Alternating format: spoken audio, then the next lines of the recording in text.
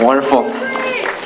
All right, the next person we're having up to speak to you is somebody who has been in the trenches fighting for our equality for a while now and knows what it means to finally push for these last, final stretch towards some of these basic protections that we're looking for.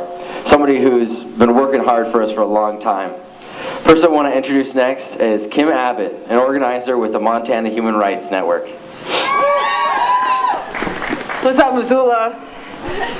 You cannot predict the weather. And are we a little cold?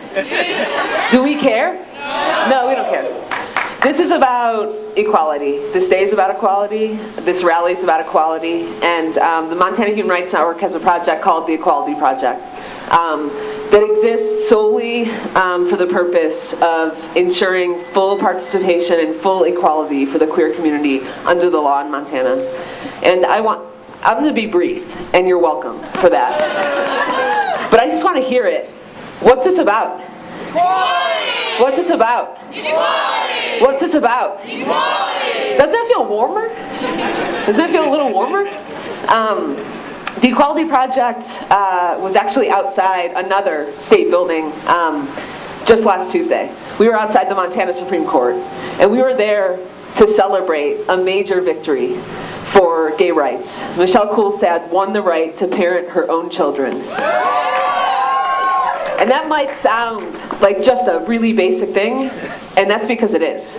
But that's the basic thing that we are all denied every single day. How many people in the crowd are queer people that are standing up for their own equality? Give it to me. How many people in the crowd are allies, standing up for their neighbors? We don't win on our own.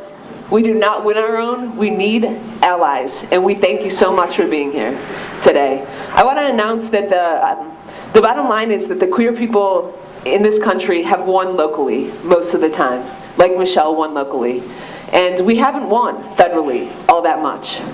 So the Equality Project is going to be pushing a local non-discrimination ordinance to say that queer people in this community should be able to fully participate, should be safe fully participating, and should be guaranteed basic human dignity, and we want all of your help in doing that. We have some petitions. It might be a little bit cold for petitions today, so what we're going to do is we're going to leave them with Montana Equality Now.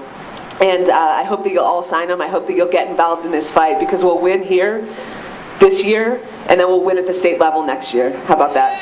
What do we want? Equality! What do we want? Equality! When do we want it? Now! Thanks. Awesome. Big round of applause for Kim. Isn't she great? All right.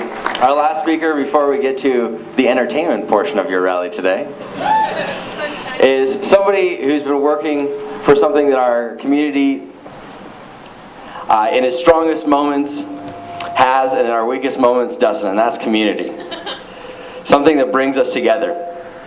And somebody who's been working on that right now is our good friend Susie Reard, working at the community center here in Missoula. Big round of applause for Susie. All right, thanks for coming out today, everybody. I really appreciate it. This is an awesome turnout for such a cold day, and I'd like to thank you all for being here. In what I figured in honor of National Coming Out Day, I'd tell you a little bit about my coming out story. As a community, we tend to have to come out a lot. It's not just a one-time deal. You don't just tell your parents and it's over. You have to say it again and again and again. And part of equality is being visible, being out in the community, and letting people know who you are and that you are here struggling every day.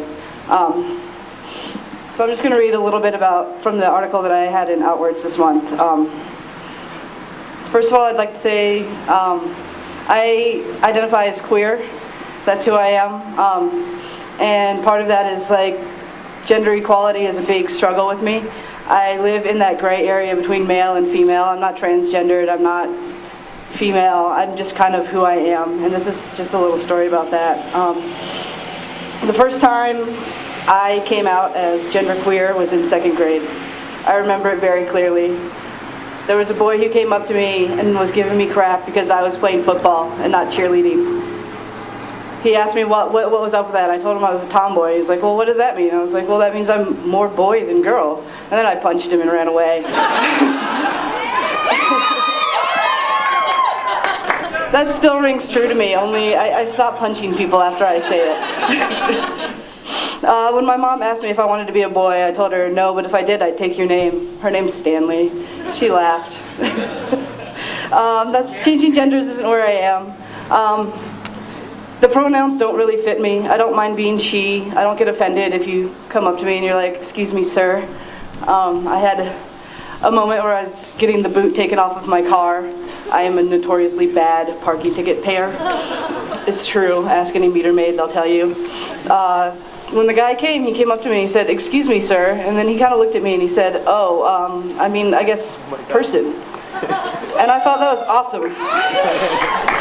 It was the most fitting description of my gender to date. Not male, not female, but human. So what I would like to encourage you all to do this week, this month, this year, is to come out. Come out again and again and again. Live out loud, stand up for who you are. If you see me around town, come up to me, chat me up, tell me your story. I'd love to hear it. That's it. Stand out, be proud. Remember, we're all living human life. And thank you for coming out.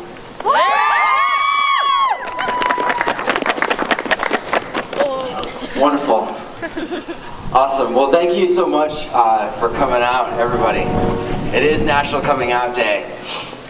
And as Susie said, it's something that we continually have to do and remember. It's one of the most important things you can do to advance equality. Because as people get to know us, they know that we're not any different than them. And that's a huge piece of the movement that we're doing right now. So thank you all for coming. Right now, I'm going to invite all the fantastic people from the Gay Men's Choir who have come to entertain us. They're going to come up on the stage, and in just a moment, we're going to hear their great talent. So once again, thank you for coming. Thank you for being a part of this day.